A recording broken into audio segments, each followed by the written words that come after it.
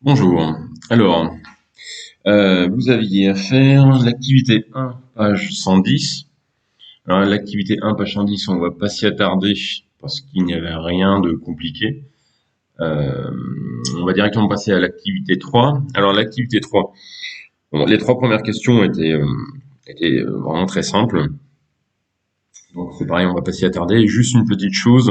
En gros, ici, on vous demandait de compter le nombre de smileys. Alors, plutôt que de faire, ça c'est plutôt une astuce que je vous donne, plutôt que de faire 1, 2, 3, 4, 5, etc. Il faut savoir qu'en fait, l'œil est habitué à reconnaître au plus 6 éléments. C'est-à-dire qu'ici, vous voyez directement que c'est 1, là c'est 2, là c'est 3, là c'est 4, là c'est 5, là c'est 6. Et ici, tout de suite, ça devient plus compliqué. Et pour savoir combien est-ce qu'il y a de points, il va falloir les compter. La même ici, vous ne pouvez pas savoir directement combien il y a de points, ou alors votre œil distingue qu'il y a un 6 en bas et qu'il y a un 2 en haut, et à ce moment-là, vous faites l'addition. 6 et 2, ça fait 8. Donc quand on veut compter, c'est-à-dire dénombrer une quantité, comme ici le nombre de smileys, en fait, une astuce, c'est de les regrouper par paquets que l'on peut recompter ensuite. Par exemple, ce qui était possible de faire au crayon à papier et ensuite de gommer, c'était de faire des petits traits, par exemple ici tous les 4. Et donc, on voyait, par exemple, qu'on avait 1, 2, 3, 4, 4 fois 4, 16, 16 et 2, 18.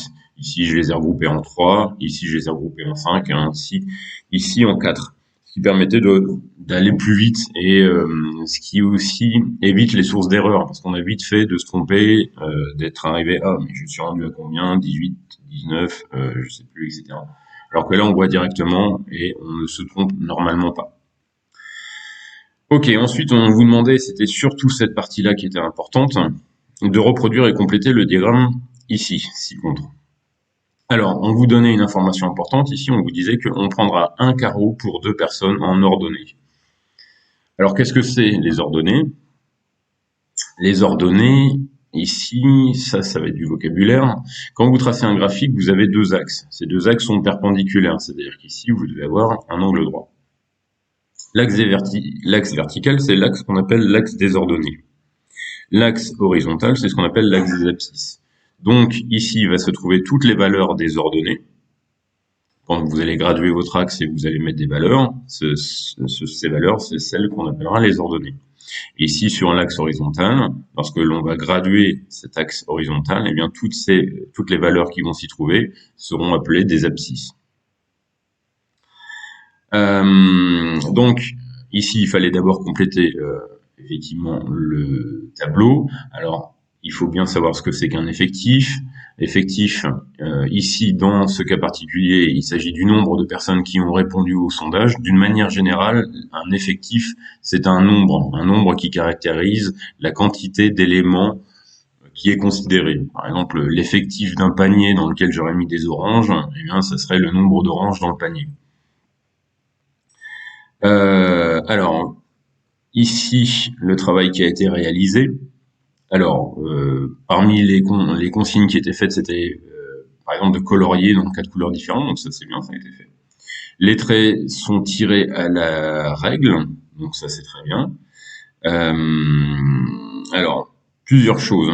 On va commencer par des choses pas très importantes, mais qui méritent d'être dites tout de même. Ici, vous voyez, entre chaque colonne, vous avez mis 1, 2, 3 carreaux. Ici, vous avez mis 2 carreaux. Il n'y a aucune raison pour laquelle il devrait y avoir 3 carreaux de distance ici et 2 carreaux de distance, ici à nouveau 3 carreaux. Donc essayez d'être régulier, c'est-à-dire que si vous décidez, pourquoi pas, de laisser 3 carreaux entre chaque colonne, à ce moment-là, laissez 3 carreaux systématiquement, de manière à ce que ce soit bien symétrique et que ce soit bien ordonné. Ensuite, ici, vous avez mis le 5, 10, 15, 20, 25, 30. Donc je suppose que une ligne, ça faisait 2, 2, 4, 6, 8, 10. Et là, on arriverait à 10. Donc j'ai pas bien compris en fait cette graduation. Puisqu'on vous demande, effectivement, je reviens là, on vous demande de prendre un carreau pour deux personnes en ordonnée. Alors, il faut faire attention en fait à ce graphique. Ici, un carreau pour deux personnes en ordonnée, ça ne correspond pas à ce qu'il y a ici. Si on considère ça un carreau, Alors un carreau, on devrait avoir 2 ici. Si on considère juste une ligne pour 2 personnes, alors ça ferait 2, 4, 6, 8, 10. Donc en fait, on vous demandait de reproduire, mais de ne pas conserver cette échelle-là. Donc ça, c'était vraiment la difficulté qu'il y avait. Effectivement, il fallait pas reproduire exactement la même chose, sinon vous ne pouvez pas prendre un carreau pour 2 personnes non ordonnées. D'autres choses ici qui sont à critiquer, quand vous faites un graphique, vous devez annoncer chaque axe à quoi il correspond. Donc là, l'axe vertical, c'est-à-dire l'axe des ordonnées, on sait bien indiqué, c'est le nombre de personnes. On aurait pu écrire aussi effectif. En revanche, sur l'axe des abscisses, alors même si c'est bien dit, c'est ceux qui viennent à pied, à vélo, en voiture, en bus, il faut trouver une manière générale de désigner ceux qui se présentent ici sur cet axe. Or, ça n'est pas fait. Il faudrait rajouter, par exemple, ici, nombre moyens de transport, par exemple. Alors finalement, qu'est-ce qu'on attendait? Qu'est-ce qu'il aurait fallu faire? Eh bien, on attendait ça. Hop, voilà. Ici, on a bien donc nos 2 axes. On a bien un carreau pour 2 personnes, ce qui fait donc 2, 4, 6, 8, 10, 10 personnes. 12, 14, 16, 18, 20 et 30 ici. On a bien indiqué qu'il s'agit du nombre de personnes, et ici, du moyen de transport. Alors, je n'ai pas laissé d'espace entre les colonnes, on pouvait très bien en laisser, hein, comme c'était indiqué sur le graphique. Ici, eux, ils ont laissé des espaces. On imagine que la colonne ici à vélo, par exemple, pourrait venir au milieu, et vous voyez que entre chaque colonne, il y aurait à ce moment-là le même espace, qui ne serait pas plein. Cet espace n'est pas nécessaire, même si on peut très bien le mettre aussi. Moi, j'ai décidé de ne pas le mettre, ce qui fait que j'arrive à ce graphique-là. Ok. Deuxième activité, ici, c'était l'activité 4, page 111. Alors pareil, il s'agit d'une manière détournée d'étudier la représentativité des valeurs dans un tableau. Donc ici, on vous demandait, donc c'est moi qui ai rajouté ici les lignes en tiré. Première question, sur ce graphique qui représente l'évolution de la température en fonction du temps, on vous demande quelle est la température la plus haute enregistrée. Donc dans ce cas-là, on va chercher quelle est la valeur la plus haute sur la courbe. On voit qu'on arrive à ce point-là. Et on cherche la température. Ici, elle était environ de 27 degrés. On vous demande deuxièmement à quelle heure la température a été la plus basse. On cherche donc la valeur la plus basse. Et cette fois-ci, on cherche la valeur sur l'axe des abscisses, puisque sur l'axe des abscisses, il s'agit des heures. Et on trouve 3 heures. 3 heures du matin. Il faut avoir un regard critique sur les valeurs qu'on obtient. Effectivement, vers 3 heures du matin, en général, on sait bien que c'est là qu'on a le plus de fraîcheur. Et en pleine journée, vers 15 heures, en général, c'est bien là qu'il fait le plus chaud dans la journée. Donc, tout va bien. Enfin, quelle a été l'amplitude thermique de cette journée?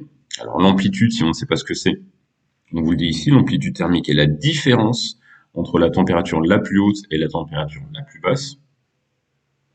C'est-à-dire, quelle est la différence entre la température ici la plus haute et ici la température la plus basse. Alors, la température la plus basse, ici, on pouvait voir qu'elle était de 12 degrés, et donc il fallait faire 27 moins 12.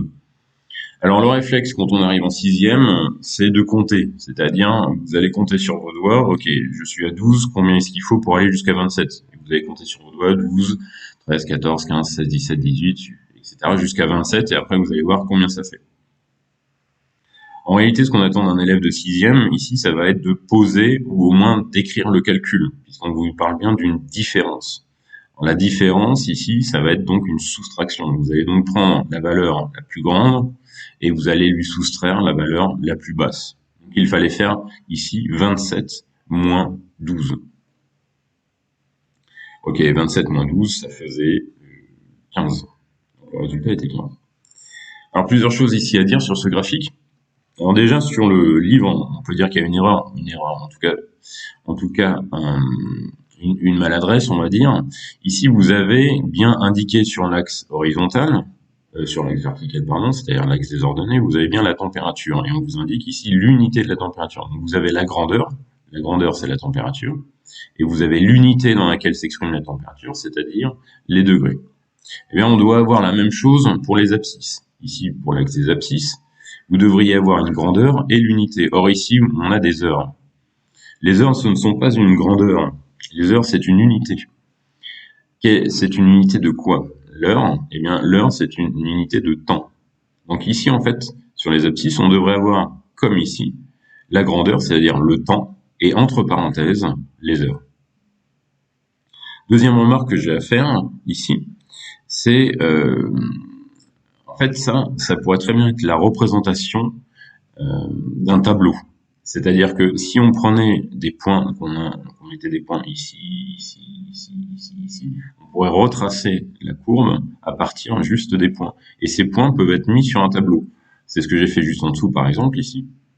Vous voyez que si je fais un tableau avec température en degrés et temps en heures, alors, pour le temps 0, ici, on va se retrouver avec une température de 14. Pour le temps 2 heures, on va se retrouver avec une température de 12, etc. Donc, ce tableau est aussi une manière d'exprimer, de retrouver, de représenter les valeurs qu'il y a dans un tableau. Donc, on a vu deux manières de représenter les valeurs dans un tableau. Ici, une courbe, et ici, avec un graphique en colonne. Ok, après tout ça, pour synthétiser, ce que vous devez retenir de tout ça, vous devez retenir comment est-ce qu'on réalise un graphique. Donc, souvenez-vous, ici, vos graduations doivent être espacées de la même quantité. Donc ici, par exemple, entre deux graduations, on voit à chaque fois il y a 2 et la distance est toujours la même. Ici, entre 6 et 8, il y a 2 et la distance est la même qu'entre, par exemple, 16 et 18. Ici, la même chose, entre 0 et 2, il y a 2. Ici, entre 10 et 12, il y a 2, et vous voyez que les distances sont les mêmes. Ça, c'est important à respecter. Ensuite, il faut bien nommer l'axe des ordonnées avec la grandeur et entre parenthèses l'unité. La même chose, vous devriez avoir la grandeur, c'est-à-dire le temps en heure, et donc les unités entre parenthèses. Il faut retenir ce qu'est un effectif. En gros, un effectif, c'est la quantité d'éléments que dont on parle. Donc ici, il s'agissait d'un sondage tout à l'heure, donc c'était le nombre de personnes. À retenir, qu'est-ce que c'est qu'une ordonnée? Donc, l'ordonnée, c'est associé à l'axe vertical. Qu'est-ce que c'est qu'une abscisse? Et enfin, une amplitude. D'une manière générale, l'amplitude, c'est la différence entre la valeur maximale et la valeur minimale.